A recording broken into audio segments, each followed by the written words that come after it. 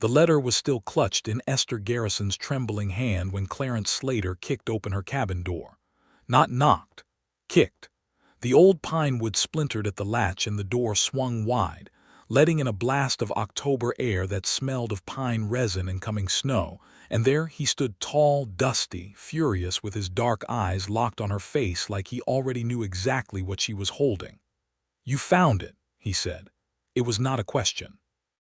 Esther's heart was slamming against her ribs, so hard she could feel it in her throat. The letter in her hand was dated 4 years ago, penned in her father's unmistakable looping script, and it was addressed to a man named Clarence Slater of Broken Spur, Colorado Territory, her father, a man she had ridden 2,000 miles to find the truth about, a man she had believed died of a sickness in St. Louis 3 winters past, based on nothing more than a telegram and a sealed coffin she was never permitted to open. "You knew him," she whispered. "You knew my father." Clarence stepped inside. He did not try to take the letter. He just looked at her the way a man looks when a secret he has carried for years has finally clawed its way into the light, with something between relief and devastation written across every line of his face. "Esther," he said quietly, "there are things I need to tell you. Things I should have told you the morning you rode in and tied your mare to that post out front." "You had 3 weeks," she said, and her voice cracked on the last word like green wood in a fire. "3 weeks, Clarence. You stood at my fence every evening. You brought me firewood. You helped me mend the roof. You sat at my table and drank my coffee, and you knew all along why I came to Broken Spur. You knew, and you said nothing. I was trying to protect you." From what? The words came out louder than she intended, and she pressed the letter hard against her chest. "From the truth. That is the one thing I came out here for, the only thing, and you sat on it like a man hoarding gold." The wind came through the broken door and lifted the edge of the letter, and Esther looked down at it again, at her father's handwriting, at the words she had barely had time to read before she heard Clarence's boot on her porch. She had found it tucked behind a loose stone in the fireplace of this very cabin. This cabin that the land agent in Denver had told her was abandoned. This cabin that Clarence Slater happened to own the property directly next to. Nobody had warned her. Not the land agent, not the postmaster in Broken Spur, not a single soul in that dusty little town had thought to mention that the answer she had ridden across a continent to find was living right next door to the cabin she had rented. Clarence Slater, her father's secret, her forbidden truth.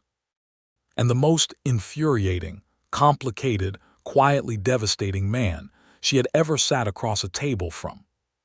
She had arrived in Broken Spur on a Tuesday in late September of 1878, bone-tired and sun-darkened, with 2 carpetbags, a bay mare named Cora, a loaded derringer she prayed she would not need, and a purpose so sharp it had kept her upright through 4 days on a stage and 2 days on horseback. Her name before she married, not that she was married now, had been Esther Vane. She was 28 years old, recently widowed after a brief and largely unhappy union with a banker in Philadelphia named Gerald Garrison, who had the good grace to leave her a small inheritance before his heart gave out at the card table. The inheritance had funded this journey. The journey had been set in motion by a box.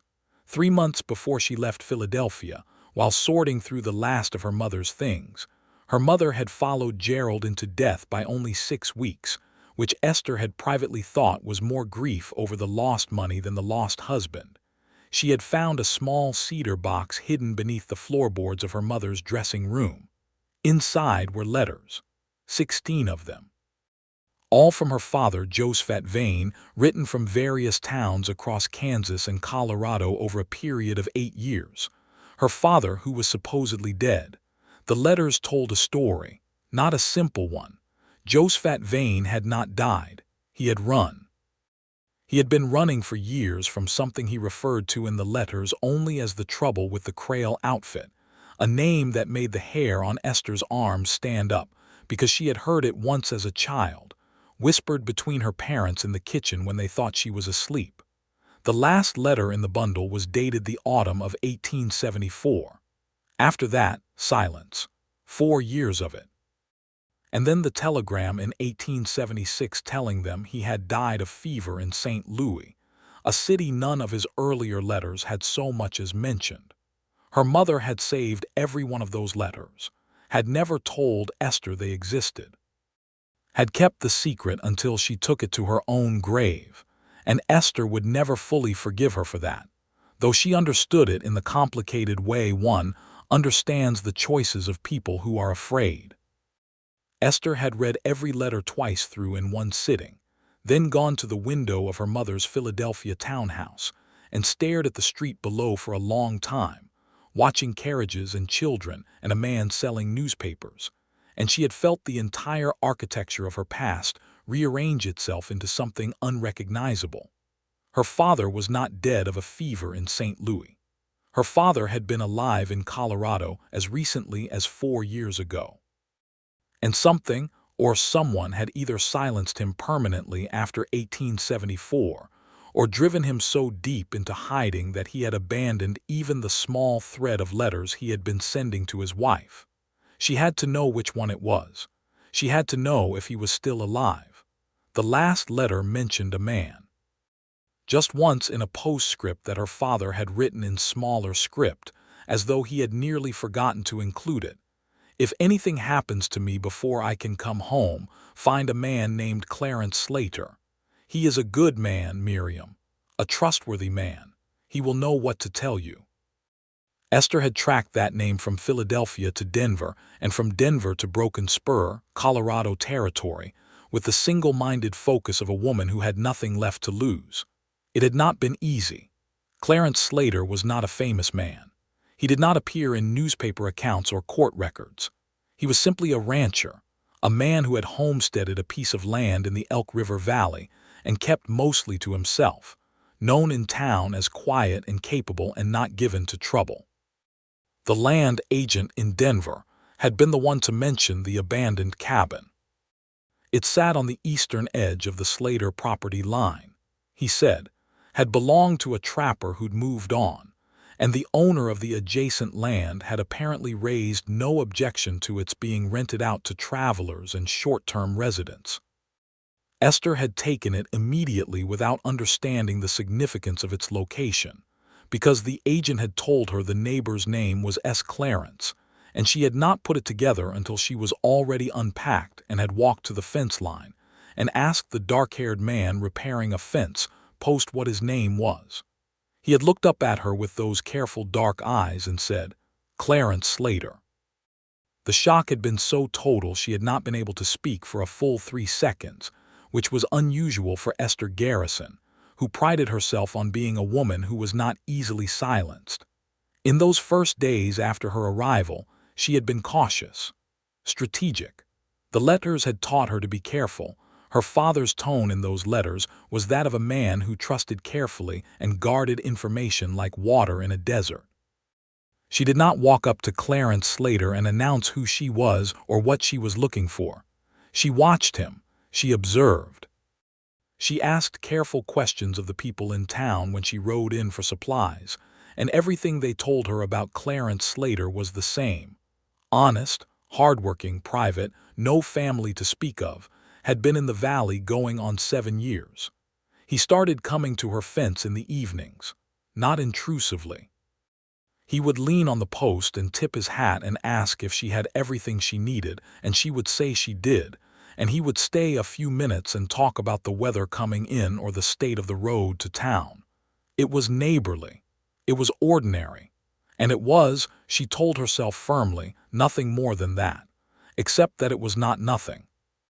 Because Esther Garrison had not spent time with a man who made her feel simultaneously aggravated and completely at ease since, well, honestly, since never.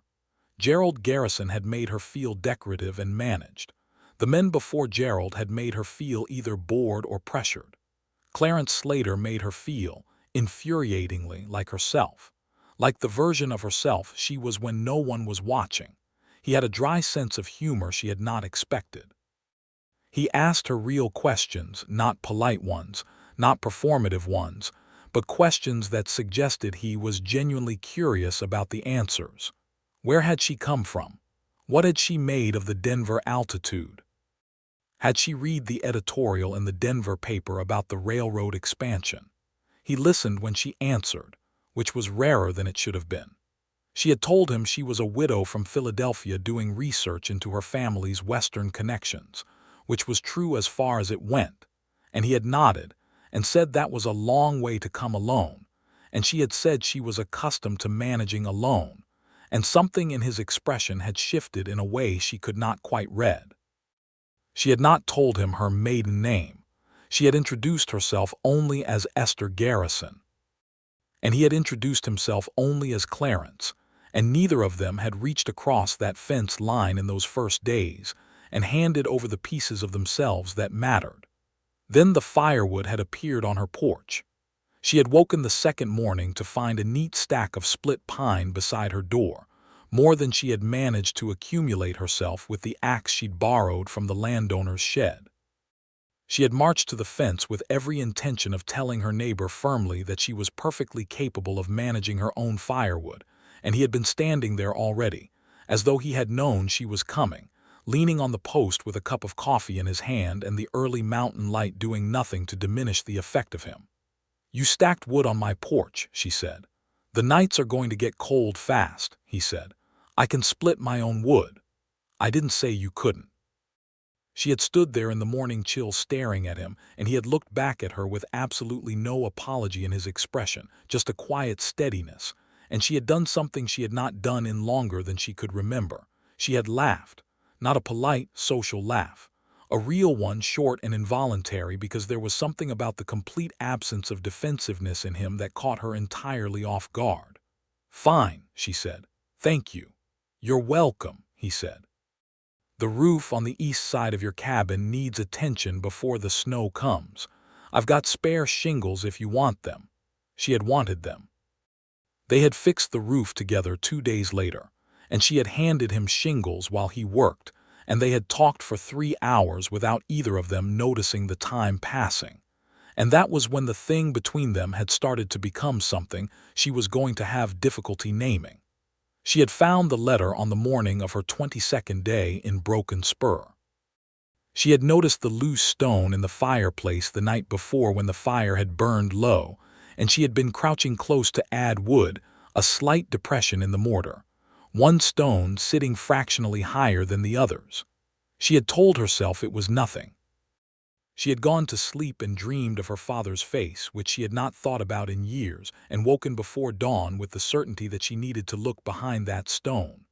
The letter was there, folded twice, wrapped in oilskin to protect it from moisture, tucked into a small hollow that someone had deliberately carved in the rock behind the stone. The handwriting on the outside read, "For C.S. if I do not return. C.S. Clarence Slater." Her father had hidden a letter for Clarence Slater inside this cabin, which meant her father had been inside this cabin, which meant her father had been here, on this land, steps from the man he had told her mother to find if anything happened to him. She had broken the seal with shaking hands and read.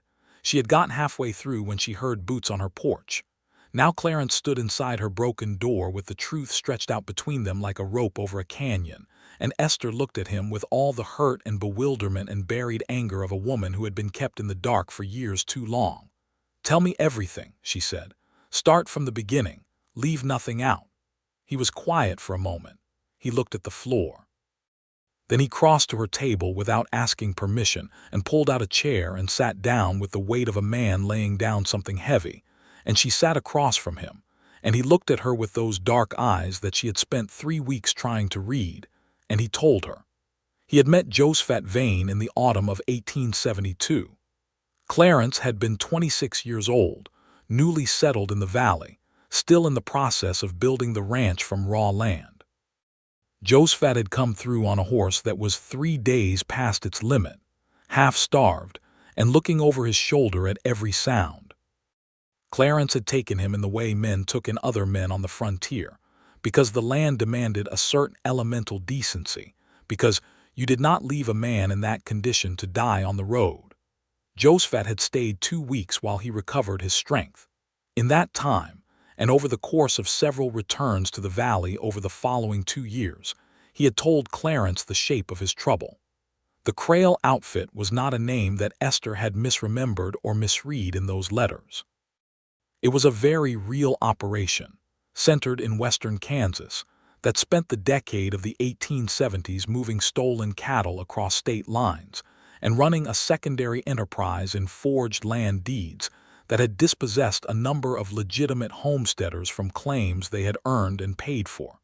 Josephat Vane had been a surveyor, a federal land surveyor out of the General Land Office, based in St. Louis. He had stumbled onto the Crail forgery operation while conducting surveys in western Kansas in 1869, and instead of reporting it through official channels which Josephat suspected were compromised, as there were men in the regional GLO office whom he believed had been paid off, he had begun quietly documenting everything on his own: names, dates, transactions, land parcels. He had built a case over 4 years, hiding the documents piece by piece in secure locations across Colorado and Kansas, with Clarence Slater's property being one of the anchor points of this hidden archive. The dark past of it was this: 2 men he had trusted had been killed before he could get the documentation to anyone with the authority to act on it. One was a deputy marshal in Dodge City. The other was a federal clerk in Denver. Both deaths had been ruled accidents. Both had happened within months of Josephat sharing information with them. After the second death, Josephat had gone underground. He had stopped writing letters to his wife, not because he no longer cared about her, but because he had concluded that any communication he sent could be tracked and used to find the people he loved.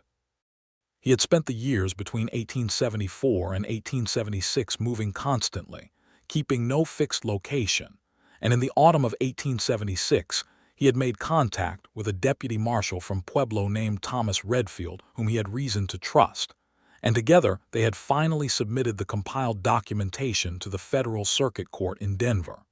The Crail operation had been prosecuted and dismantled in 1877. Several men had gone to prison. Others had fled the territory. Josephat Vane had not died of fever in St. Louis. He had gone into deliberate concealment specifically to protect his family, and he had sent the telegram himself through an intermediary to give his wife and daughter a story that would keep the Crail men from using them as leverage. Clarence paused here and looked at Esther across the table with something in his expression that was both careful and profoundly sorry. "He is alive," Clarence said, "as far as I know. As of 8 months ago, he is alive and living under a different name in New Mexico territory. I have a contact address I can give you." The silence in the cabin was so complete she could hear the fire breathe. "He is alive," she repeated, not a question. A repetition because the words did not fit inside her head the first time. "Yes. He chose to let us believe he was dead. He chose to keep you safe. I am not defending it. I am explaining it." Esther stood up from the table and walked to the window. Outside, the Elk River Valley was laid out in afternoon light, the aspens already gone to gold, the mountains beyond them white at the peaks. It was one of the most beautiful things she had ever seen in her life, and in that moment she could barely register it. Her father was alive. She had ridden across the country looking for a truth that was sharper than she had imagined. He was alive, and he had made a choice, a painful, arguably noble, undeniably devastating choice that had left her and her mother living with a grief that was a lie. "Why didn't you write to us yourself?" she asked without turning from the window. "He told you to. He said in his letter to my mother, 'Find Clarence Slater, he will tell you.' Why didn't you find us?" Another silence. Then Clarence said, "He didn't tell me he'd written that until his last visit." And by then the Crail situation was not fully resolved. There were still men with motive to hurt anyone connected to Josephat. "He made me promise to wait until it was safe. By the time it was safe," he stopped. "By the time it was safe, I did not know how to find you. I knew your mother's name. I knew you existed. I knew Philadelphia. I did not know where to write, and I convinced myself, perhaps wrongly, that if Josephat wanted you found he would do it himself when he was ready. He has not done it, Esther said. No, it has been 2 years since the Crail men were prosecuted. Yes. She turned from the window and looked at him. Do you know why he hasn't reached out to us, to me? Clarence's expression did something complicated. I think, he said slowly, that your father is a man who let too much time pass and does not know how to cross back over it. I think he is afraid of what you would say to him if you knew the full truth. I think shame is a powerful trap, Esther, and it is one your father has been caught in for a long time. The word trap landed in her chest like a stone in still water. She felt the rings of it spreading outward. You should have told me who you were, she said. The moment I told you my name. I know. You should have told me that first evening at the fence. I know. Why didn't you? He looked at her with those clear, dark, honest eyes that she had trusted against her better judgment for 3 weeks, and he said, Because I wanted to know you first, not Josephat Vane's daughter. Not the woman who came looking for a dark past. You, Esther, the woman who laughed at me about the firewood and argued with me about the Denver editorial and handled a splitting maul like she had been doing it her whole life even though I could tell from the blisters that she hadn't. He paused. Because I was afraid that the moment I told you, you would stop looking at me the way you look at me and start looking at me the way you're looking at me right now. She looked at him for a long time. The fire crackled. The broken door let in the cold. What way is that? She asked quietly. Like I betrayed you, he said, which I did, and I am sorry for it. The thing was, she knew he was sorry. She could see it in every line of him, in the way he held himself like a man braced for a consequence he believed he deserved. And she was furious genuinely, justifiably furious, but beneath the fury was the knowledge that this man, this aggravating, decent, hidden-hearted man, had kept her father's secrets in good faith for years, had sheltered a man in trouble, had done what he believed was right, even when right was harder than easy, even when it required carrying things in silence. She walked back to the table and sat down again. Tell me the contact address, she said. He told her. She wrote it down on the back of her father's letter with the stub of pencil she kept in her skirt pocket. Then she looked at the broken door. You owe me a new latch, she said. He blinked. Something shifted in his face that might in a different moment have been the beginning of a smile. Yes, he said, I do. And an explanation to the town about why you were kicking in your neighbor's door. That one may be harder. Everything worth doing is harder, she said, and stood up to go find something to prop the door against the wind. The following week was the most complicated of Esther's adult life. She sent a letter to the address Clarence had given her, a post office box in Santa Fe, New Mexico territory, written in the plain, direct prose she used when she needed her words to do real work. The letter to her father said, I know you are alive. I know what you did and some of why you did it. I am in Broken Spur, Colorado, at the Harlan cabin on Elk River. I have rented it through the end of November. If you want to see me before I go back east, you know where I am. If you don't, I will understand that too. But I am going to need you to know that your silence these past years has had a cost that you do not have the full accounting of yet. She did not tell him about his wife's death. She could not put that in a letter. It was the kind of news that needed a face. She walked that letter to the post office in Broken Spur herself on a Wednesday morning, and handed it to the postmaster with the correct postage, and walked back out into the cold October air, and stood for a moment in the main street of this small, functional, real place that she had arrived in 3 weeks ago as a stranger and was leaving, going where exactly? Not back east. Not yet. Not until she knew whether her father would come. And not, she admitted to herself, while Cora clip-clopped back up the valley road, not until she had dealt with the other enormous complicated thing that was currently sitting at the center of her chest like a well-placed stone. Clarence Slater.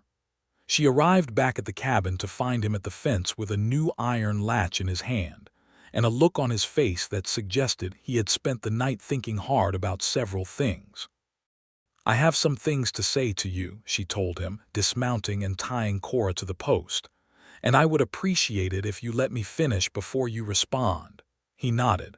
What you did withholding who you were was wrong, not maliciously wrong, not cruelly wrong. But wrong. It was my right to know the connection between us, and you took that choice from me for 3 weeks. I do not take kindly to having my choices made for me by anyone, regardless of their reasons. Understood, he said quietly. However, she stopped, looked at him, felt the frustration and the strange warmth of him simultaneously. However, I also understand that you were in a position that had no clean option in it, and I am not a person who refuses to recognize complexity. You were carrying a trust that was not yours to break unilaterally. That is real, even if I wish you had found another way. He was listening with his whole attention, that thing he did that she had noticed immediately, and that was more rare than it should have been. I am angry with you, she said, but I do not believe you are a dishonest man. I believe you are a man who made an imperfect choice in a difficult situation, which is something every person alive has done. He turned the latch over in his hands. Where does that leave us? I don't know, she said honestly, but I would like to find out. If that is something you are also interested in. He looked up at her with an expression that was so open and unguarded that it caught her breath. Yes, he said, it is something I am very interested in. He fixed the latch that afternoon, replacing the whole frame while he was at it because the kick had cracked the wood. She made coffee and brought him a cup without being asked, and he took it without making a fuss about it. And they stood together in the doorway looking out at the valley while the coffee steamed in the cold air. And it was the most comfortable Esther had felt in someone's company in longer than she could remember. They began to spend real time together after that. Not the careful, restrained time of the fence-line conversations, but honest time, long evenings with the fire going and coffee or the occasional glass of the passable bourbon she had purchased in town, talking about everything that was real. Her life in Philadelphia, his early years in Tennessee before he came west, the marriage she had survived, the solitude he had chosen, her mother.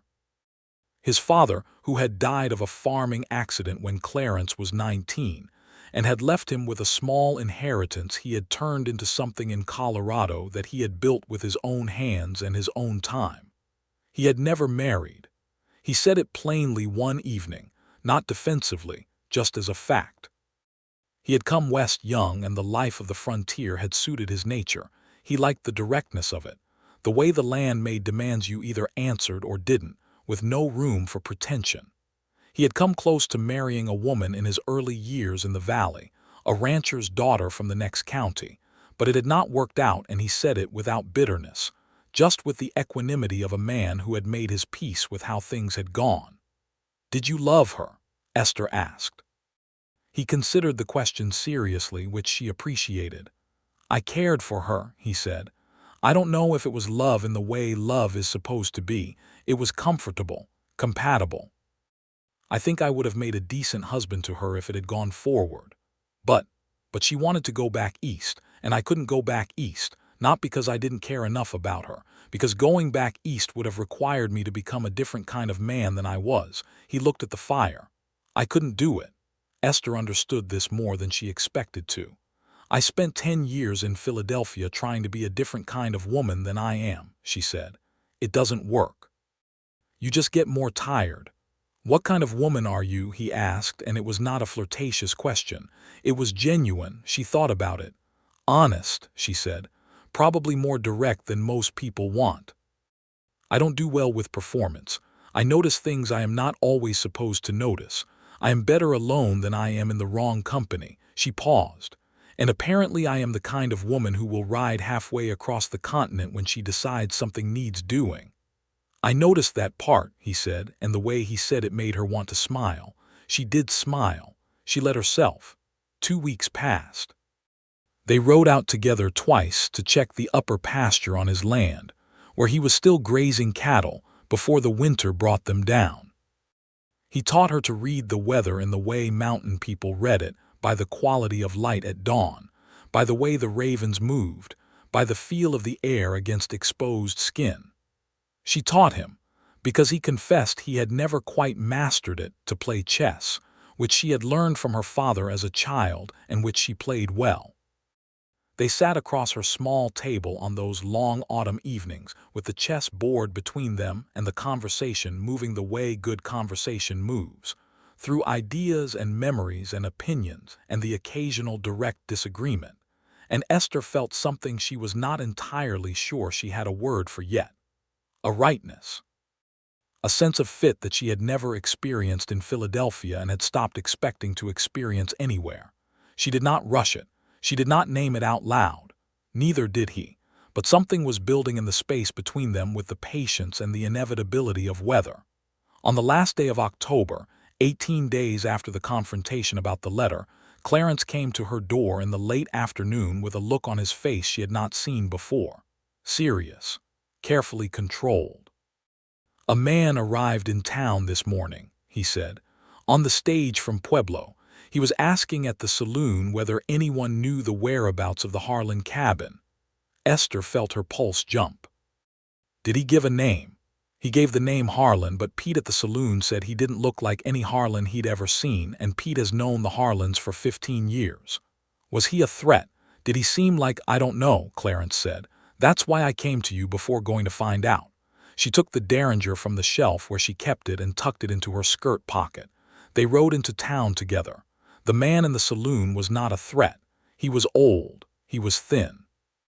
He was sitting at a corner table with a glass of water in front of him because he had apparently told the barkeep he did not drink, and he had gray in his beard that had not been there when Esther was 17 years old, and he looked up when she walked through the door, and the expression that crossed his face was the most naked thing she had ever seen on a human being. It was her father, Josephat Vane. He had made the journey from Santa Fe in 3 weeks, which meant he had received her letter almost immediately and come as fast as the stage routes would allow.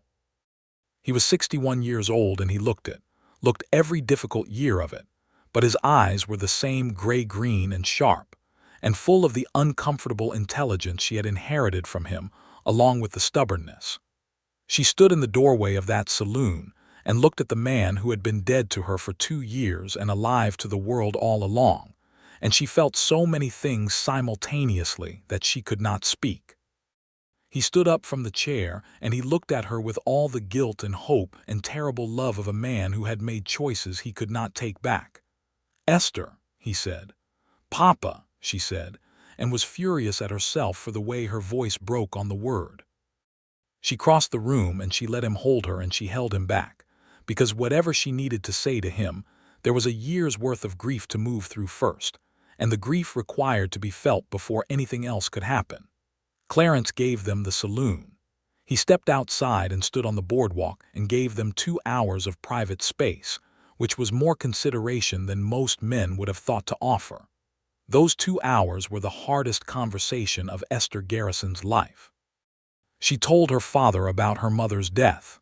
She watched his face absorb it, the color leaving it, the way he had to grip the edge of the table to keep himself steady.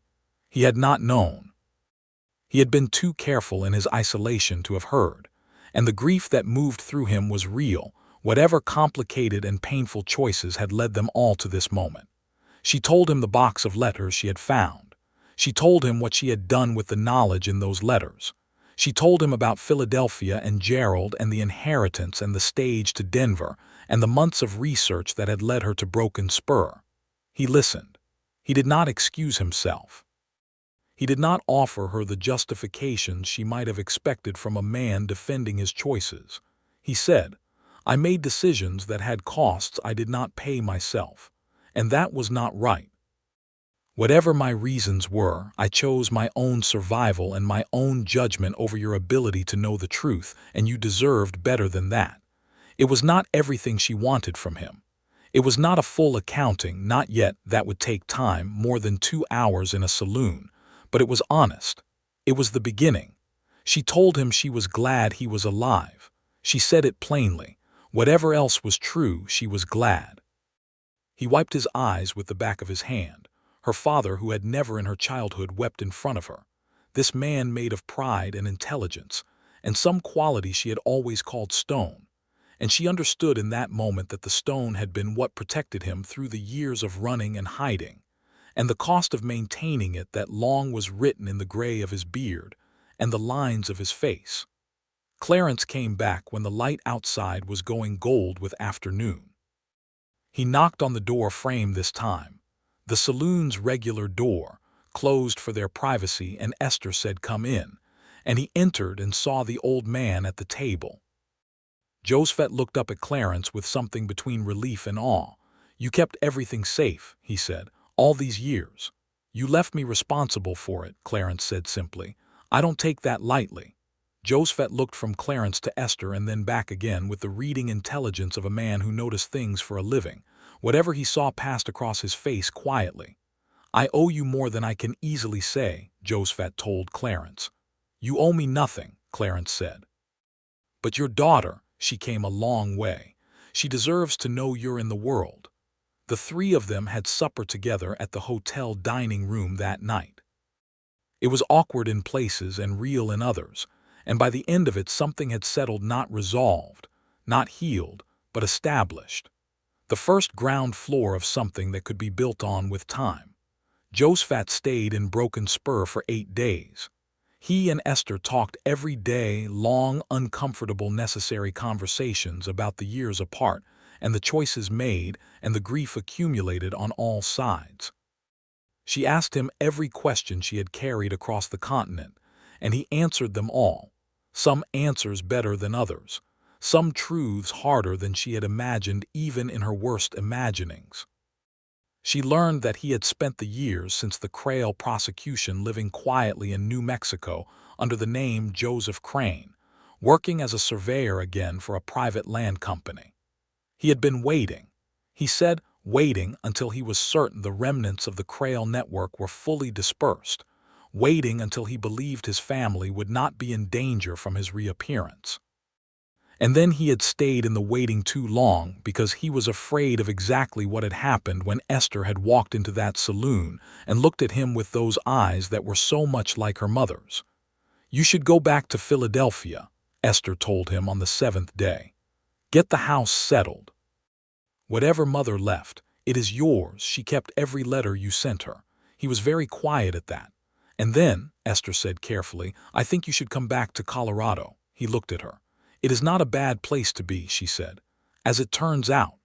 He held her gaze for a long moment, and then he looked out the window at the Elk River Valley and the golden aspen and the white peaks beyond, and he said, "No, I don't suppose it is." He left on the 8th day, heading south toward the stage route. He and Esther embraced on the road in front of the hotel, and she held on longer than she intended. He kissed her forehead the way he had when she was small and told her she had become remarkable, and she told him she had come by it honestly, which made him laugh a little through the thickness in his throat. She watched the stage carry him south and stood on the road after it was gone for a while, with the cold mountain air around her and the enormous sky above, and felt the interior rearrangement of herself that had been happening since she arrived in Broken Spur take one more significant turn.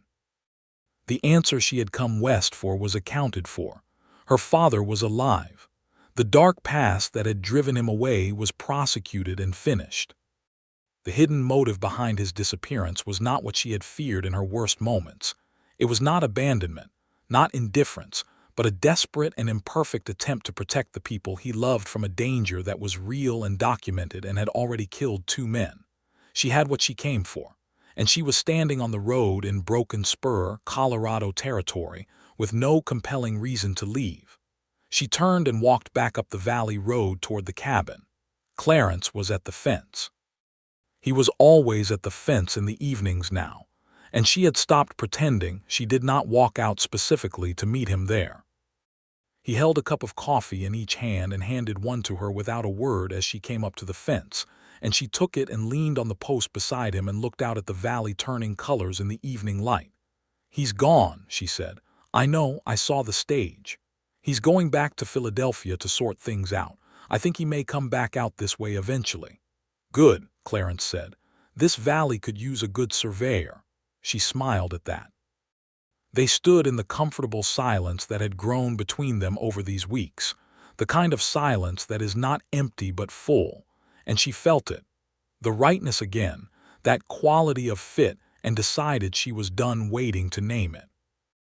"I have been thinking about what comes after November," she said, and his voice was careful. "I could go back east. The house in Philadelphia is mine now, technically.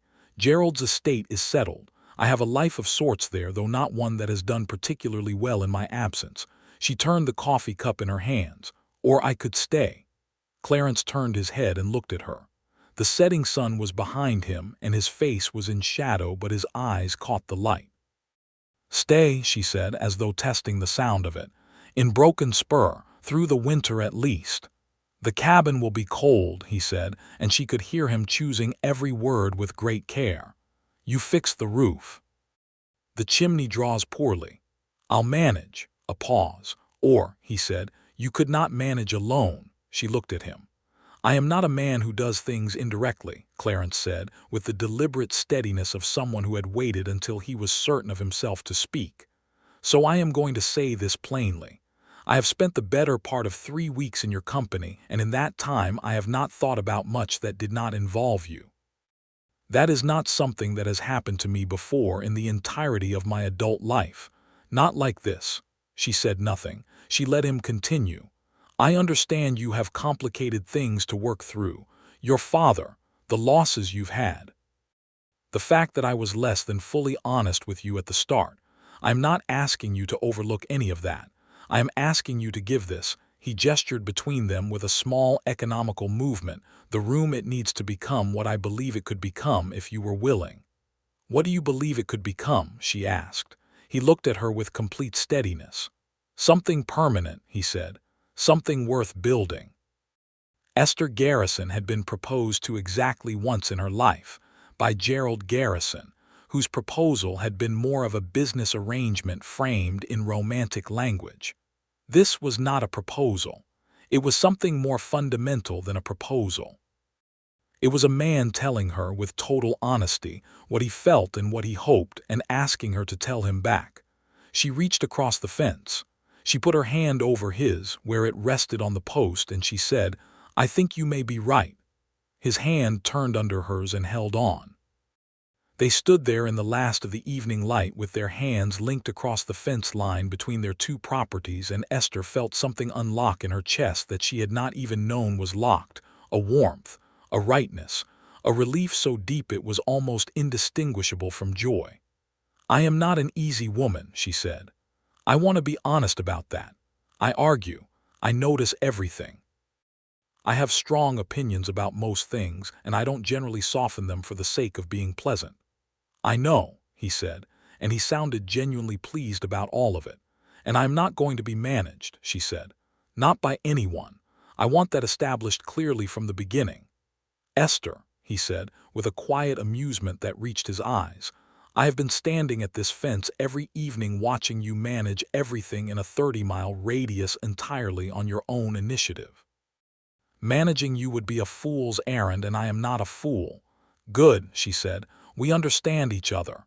"Yes," he agreed. "I think we do." She stayed through November.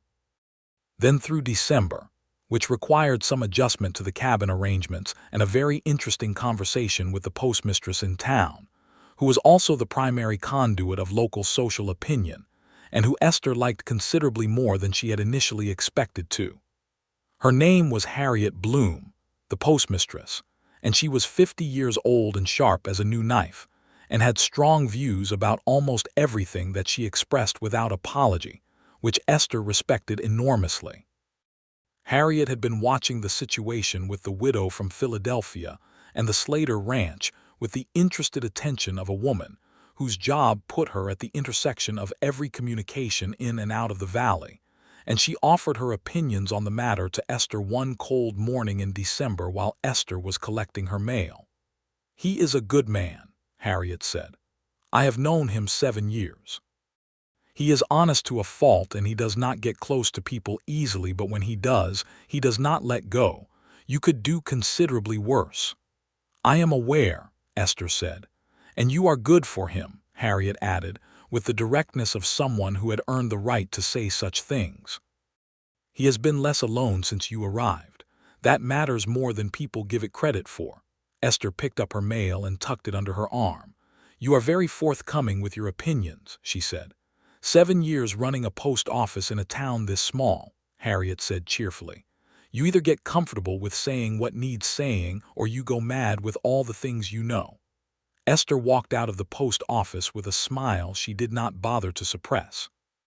The letter among her mail that day was from her father.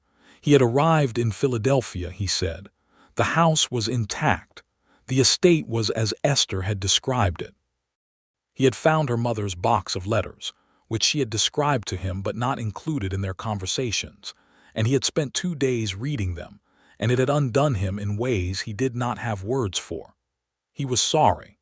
He said it again in this letter, in the particular way a man says something when he has had weeks to sit with what he is apologizing for, and has gone past the formality of it into the real thing. He said he planned to return to Colorado in the spring. He asked if she would still be there. She wrote back the same day. She said yes. She said there was a reason she would still be there, and she thought he would understand when he arrived. She said she was glad he had read the letters, and she thought her mother would want him to have that. Christmas came to Broken Spur in 1878 with 6 inches of snow and the kind of cold that made the cabin walls creak, and Esther spent it at Clarence's ranch house because the cabin, despite the improved roof and the better drawing chimney they had adjusted in November, was genuinely not built for a Colorado Territory winter, and they had both known that her staying there through January was not a practical plan. She moved her carpetbags to the ranch house in the 3rd week of December, after Harriet Bloom had done the social work of making clear to the town that Esther Garrison was a woman of character, and that the arrangement at the Slater Ranch was a matter of practical necessity and imminent formal resolution. Harriet delivered this information with such authoritative calm that it was accepted without significant scandal, which said something either about Harriet's standing in the community or about the pragmatic sensibility of frontier towns. The ranch house was larger than the cabin and built for permanent log construction with proper framing, 2 good fireplaces, a kitchen with a proper iron range that Esther immediately fell in love with because she had been making do with the cabin's small open hearth for months. She stood in Clarence's kitchen on her first morning there and looked at the range with an appreciation she did not try to conceal, and he made coffee on it and handed her a cup and said, "I should tell you that I am a poor cook." "I am a good one," she said.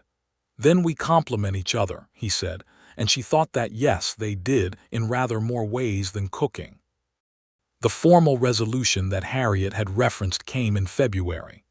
The details were arranged practically and without excessive ceremony, which suited both of them, at the Broken Spur Courthouse on a Thursday morning with Harriet Bloom and a cattle rancher named Aldous Penny as witnesses. The circuit judge was a spare, sensible man named Fuller, who performed the ceremony with the brisk competence of someone who had done it many times and believed in the institution without being sentimental about the paperwork. Esther Slater. She tried the name out in her head during the brief ride back to the ranch. It fit differently than Garrison, had less like a coat someone else had sewn for her and more like something made to measure. Clarence held her hand in the wagon on the way home and said nothing, which was one of the things she valued most about him. He understood when words were not the point. The spring came in April with the particular violence of mountain springs, snow one day, mud and wildflowers the next, the aspens going green so suddenly it looked like someone had painted the valley overnight.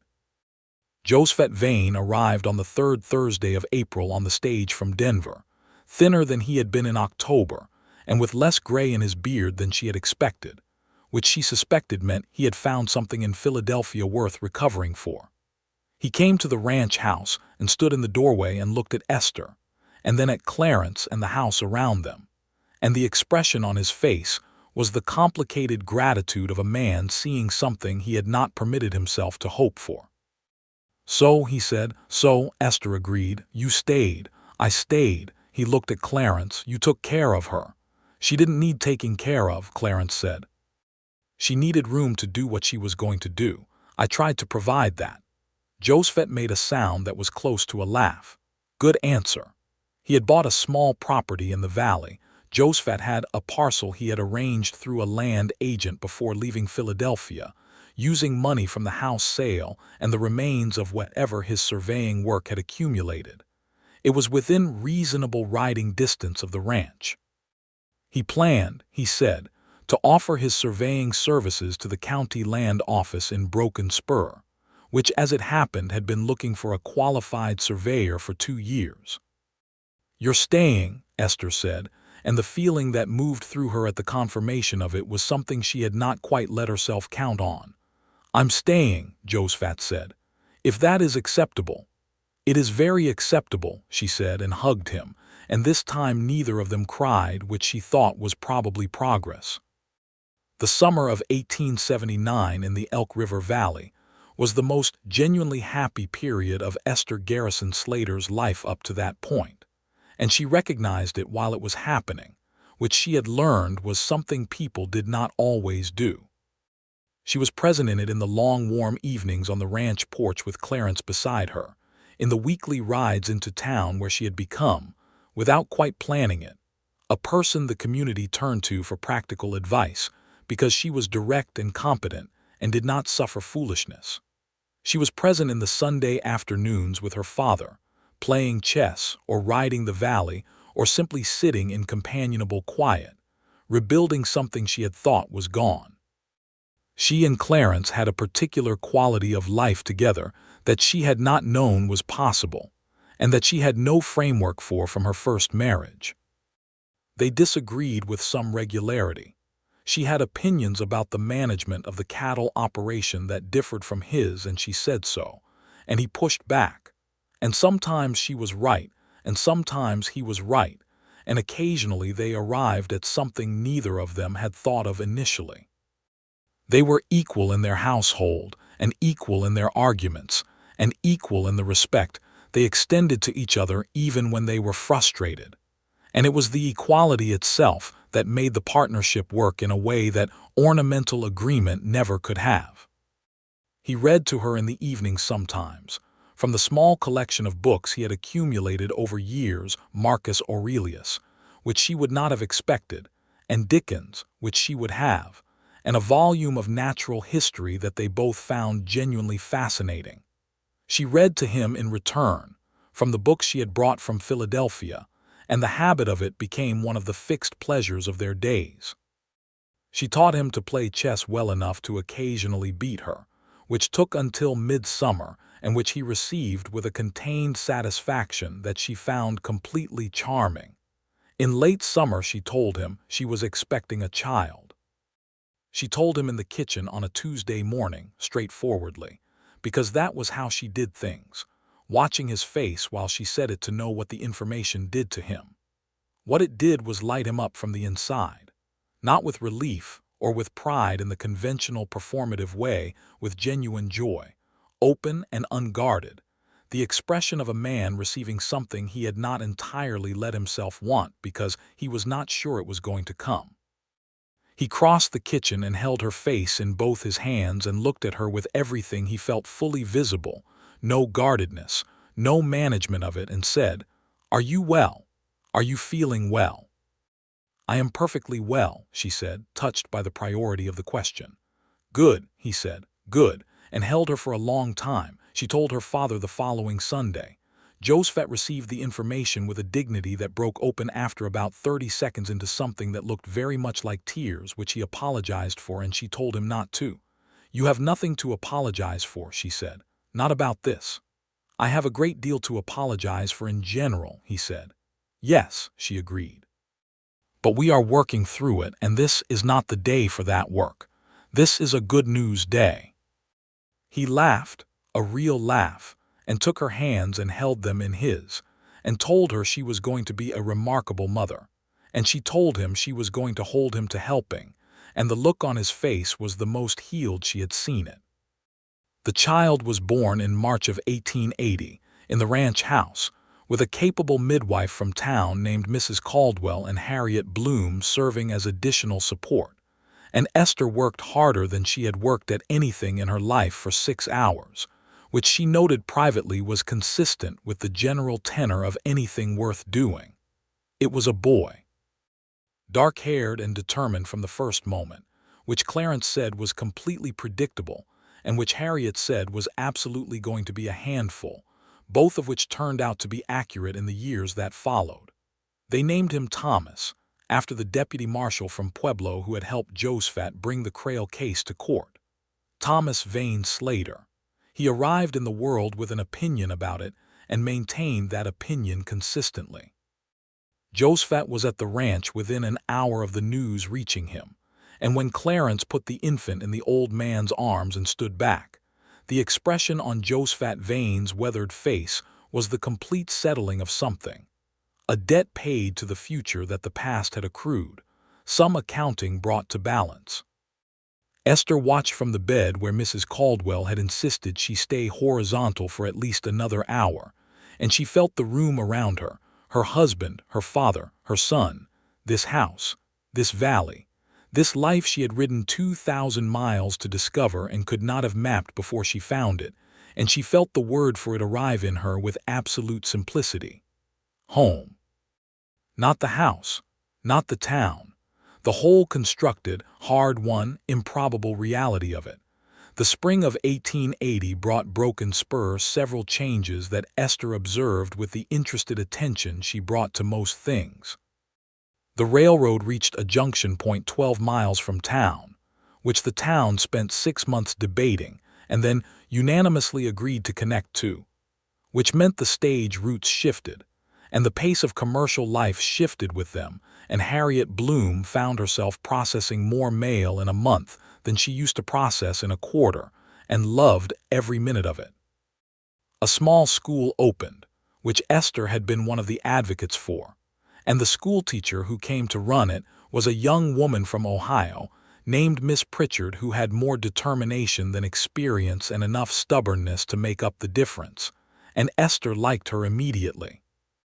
Josephat completed his first year of surveying work for the county land office and became indispensable to them in the way that genuinely competent people become indispensable, not because they demand recognition, but because the work speaks clearly enough that everyone around it eventually understands what they would lose without it. He looked 10 years younger than he had when he arrived on the October stage. He had a small house he had furnished practically, and a routine he maintained with the satisfied discipline of a man who had been without structure for too long and found its return genuinely restorative.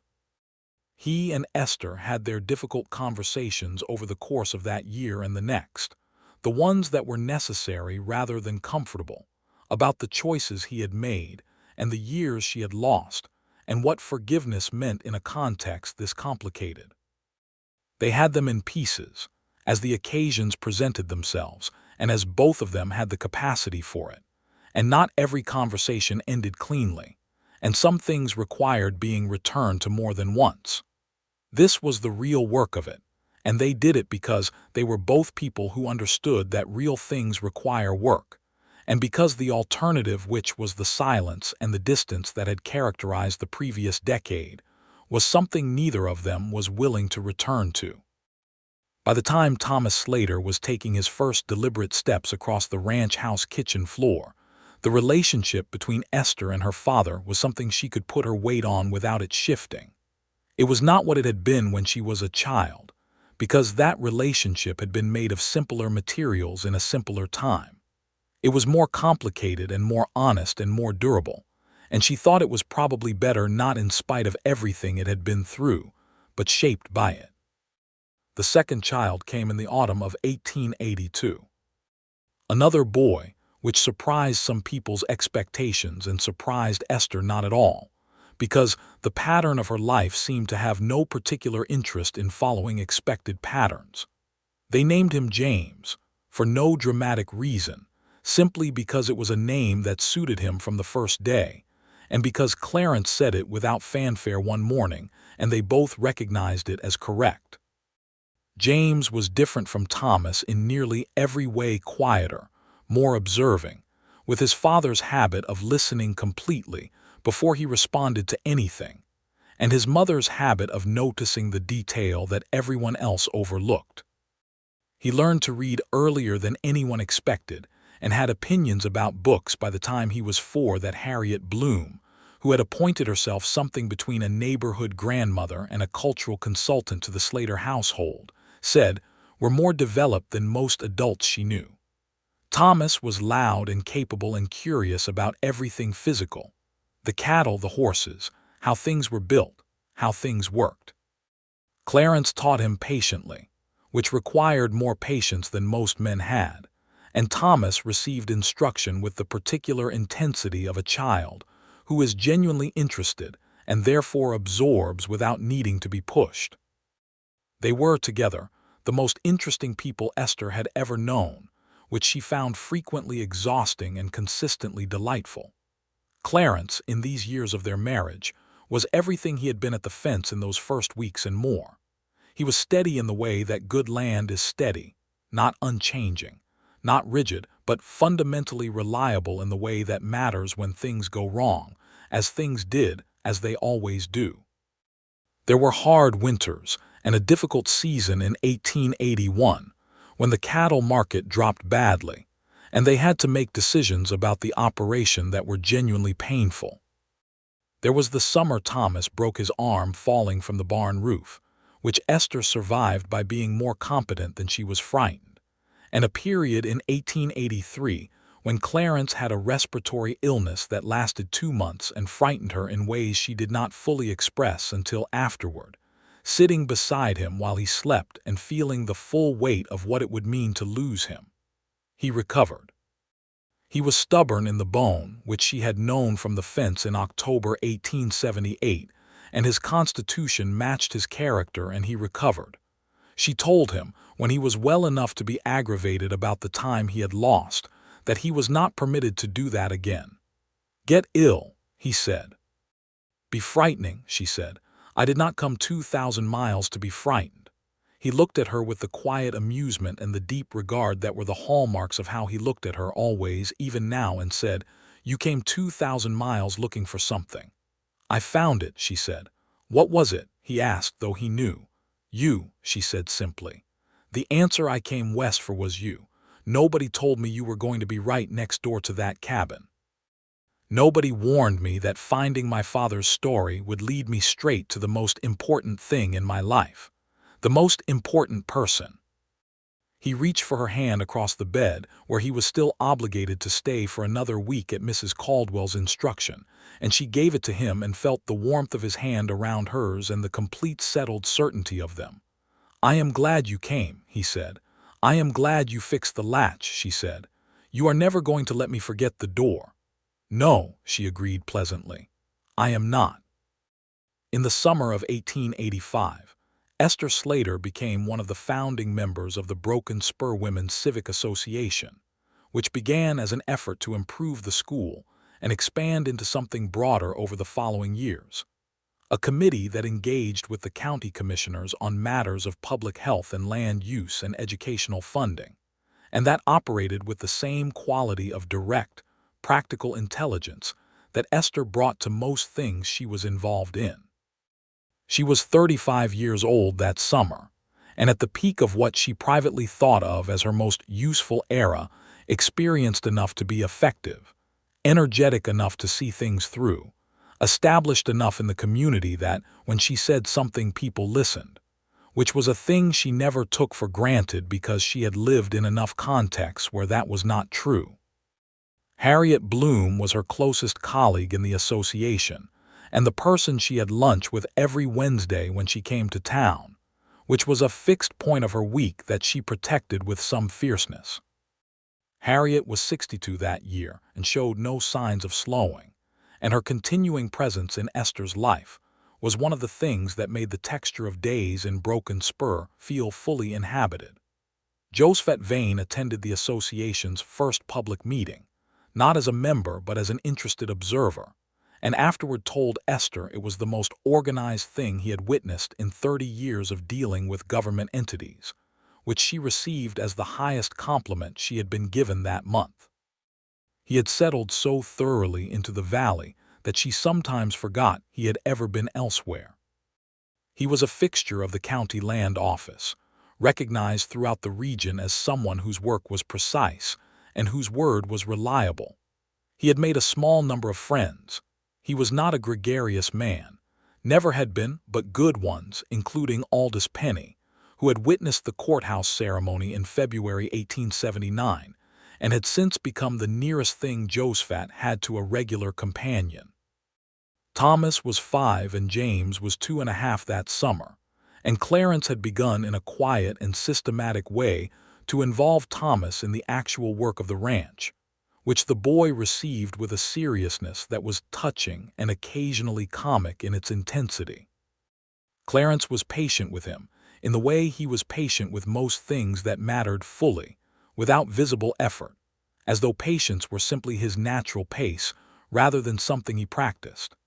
Esther watched them together sometimes, her husband and her oldest son, in the corrals or the pastures, or working on the machinery that was beginning to change what ranch work required, and she felt the particular deep pleasure of seeing people who love each other in their natural element. James was at that age of continuous questions, which had started before he could properly pronounce most of the words for the things he was asking about, and which showed no signs of diminishing as his vocabulary improved. He asked Esther, one morning in June, why the mountains were so high, and she gave him as accurate an answer as she could, which led to 3 additional questions, which led to a 40-minute conversation about geology and the nature of the earth that she had not expected to have before breakfast but found genuinely enjoyable. She loved them so entirely, both of them, in ways that were entirely different from each other and completely equal in weight, and she thought sometimes about the woman who had boarded a stage in Denver in September of 1878 with a derringer and a purpose and a grief she had not yet begun to process, and understood that that woman could not have imagined this, could not have imagined the specific shape of what she had found by coming west, could not have anticipated that the answer to her question, the real one, the fundamental one, not just the biographical truth about her father, but the deeper question of where she was supposed to be, and who she was supposed to be there with, was located in a narrow Elk River valley in Colorado Territory, behind a fence, in the form of a man with dark eyes and a dry sense of humor, and a commitment to honesty that had never wavered even when the honesty was hard. Nobody had warned her. Not the land agent in Denver, not the postmaster in Broken Spur, not a single person along the 2,000-mile road she had traveled. Nobody had said, "The thing you are looking for is going to be beside you before you know it is there." Nobody had said, "Pay attention to the man at the fence." She was glad they hadn't in the end. Some things arrived with more weight when they arrived on their own terms. On the evening of their 7th anniversary, February 1886, the mountains buried in snow and the ranch house warm with firelight, and the particular settled contentment of a life that was genuinely working, Clarence brought a bottle of good bourbon from the cabinet where he kept things for real occasions and poured 2 glasses and carried them to the sitting room where Esther was reading and sat beside her and handed her the glass. 7 years, she said. 7 years, he agreed. She put down her book. They sat together with the firelight moving over everything and the snow coming down outside and the children sleeping with the utter abandon of childhood in the back rooms of the house. "I have been thinking," Esther said, "about something." "Tell me," he said, and turned toward her with that complete attention she had loved from the beginning and had never stopped finding remarkable. "I came west looking for the truth about my father," she said. "That was the reason I gave myself, the purpose that justified the whole journey. And I found it, I found him, I found his story, I found the resolution of it. And all of that was real and necessary, and I am grateful for it." "But," he said. "But the truth," she said, "the actual truth that the journey was really about was this." She gestured at the room, at the fire, at him. "This was what I was really coming west for. I just didn't know it. I had no framework for it. I couldn't have named it before I found it." He was quiet for a moment, holding his glass, looking at her with that expression that was all of him, the steadiness, the warmth, the humor resting just beneath the surface. "I used to think," he said, "that I was going to stay in this valley alone, not unhappily. I was not unhappy, but alone. I had accepted it as the shape of my life." He paused. And then a woman rode up the valley road with 2 carpetbags and a bay mare, and a look on her face like she was going somewhere whether the road cooperated or not. And nothing was the shape I had accepted after that.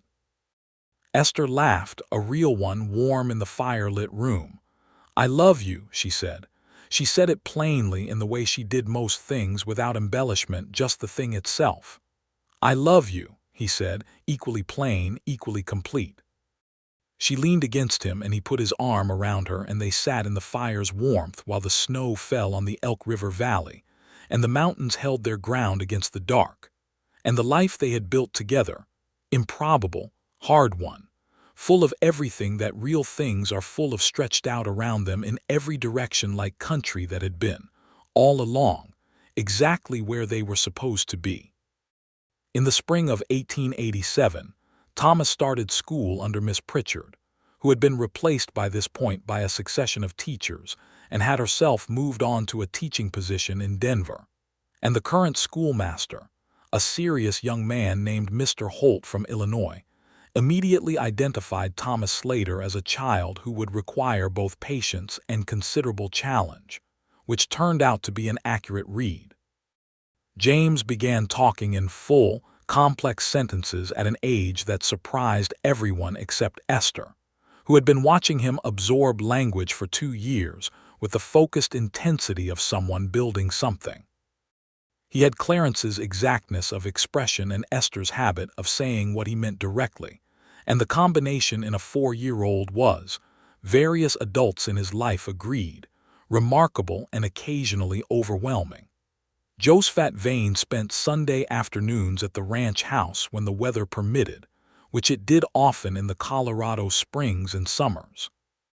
He taught Thomas chess, carrying on the tradition in the family that had come from his own father, and Thomas approached chess the way he approached everything else, with a competitive intensity that Josephat found genuinely funny, and that Esther recognized as her own character expressed in a younger and less filtered form. He and Clarence had developed, over the years, a friendship that had started cautiously and grown into something genuine. 2 men who communicated primarily in practical terms, and who had in common a fundamental seriousness about the world and the work of being in it. They argued about cattle and about politics, and about the pace of change that the railroad and the increasing settlement of the territory were bringing to the valley, and their arguments were the kind that built something rather than the kind that eroded it. On the last Sunday of May 1887, Josephat arrived at the ranch with something in his expression that Esther recognized as significance. He sat at the table with his coffee and waited until the boys had been occupied with something in the yard, and then looked at his daughter and his son-in-law with the careful deliberateness of a man who has been composing himself for this moment. "I have been corresponding," he said, "with a woman in Santa Fe." Esther looked at him. "Her name is Dorothea. She is a school teacher. We were acquainted briefly during my time in New Mexico, before I returned east. We have been writing letters since January." A pause. Clarence refilled his coffee cup without being asked. "She is a good woman," Josephat said, with the slightly defensive air of a man who has already had this conversation with himself many times and knows the reasonable objections. "She is 60 years old, a widow. She has been offered a teaching position with the new school district in the county, which she has not yet accepted because—" He stopped. "Because she wanted to know if there was a reason to come to this valley," Esther said. "Yes," Josephat said. Esther looked at her father, this man who had made difficult choices and paid difficult prices and found his way back to something whole, and felt her heart do the particular thing it did when life arranged itself into patterns that were, against all reasonable expectation, worth believing in. "Tell her," Esther said, "that there is a very good reason." He looked at her with the gray-green eyes she had inherited, full of something that was equal parts gratitude and relief and the tentative unfamiliar quality of hope. "You think it is not absurd," he said. "At my age. I think love," Esther said, "is not something that has a sensible cutoff date." Clarence made a small sound that was not quite a laugh but was adjacent to one, and Esther looked at him with the smile she reserved for moments like this, and he looked back at her with all 7 years of their life together fully visible in his expression, and she thought, as she had thought many times and expected to continue thinking, that nobody had warned her any of this was here. The answer she came west for. The father recovered. The truth established. The life, large and specific and fully inhabited, that had been waiting in a narrow Colorado valley with a fence line and a broken door, and a man who brought firewood without being asked. Nobody warned her. And that, she had decided, was exactly how it should have been. Because the things that matter most are not the things you can prepare for in advance. They are the things you encounter when you are looking for something else, when you are moving forward with your chin up and your eyes open and your heart, despite everything it has been through, still willing to recognize what is real. Dorothea came to Broken Spur in August of 1887. She was silver-haired and clear-eyed and direct in her manner, with the confidence of a woman who had taught children for 30 years and was not easily unnerved. She shook Esther's hand at the ranch house door and said, "He talks about you constantly. I wanted to meet the daughter who rode across the country alone to find the truth. I respect that kind of decision-making." "Come in," Esther said, and meant it completely. She and Clarence stood on the porch that evening and watched Josephat Vane walk Dorothea down the valley road in the long August light, two older people finding the particular shape of whatever was going to come next, and the valley lay around them in all its enduring, indifferent, magnificent beauty. Thomas was chasing James around the yard with the focused enthusiasm of a 7-year-old who has identified a target, and James was laughing and evading with the nimbleness of a child who has spent his whole life being chased by his larger brother and has developed efficient countermeasures. "She is good for him," Clarence said. "Yes," Esther agreed. "This is a good place," he said. It was not a grand statement. It was simply true. "It is," she said. He put his arm around her and she leaned into him, and the Elk River ran in its course through the Golden Valley, and the mountains held their ancient ground, and the life that nobody had warned her was waiting for her here continued, in all its fullness, into the long and settled evening.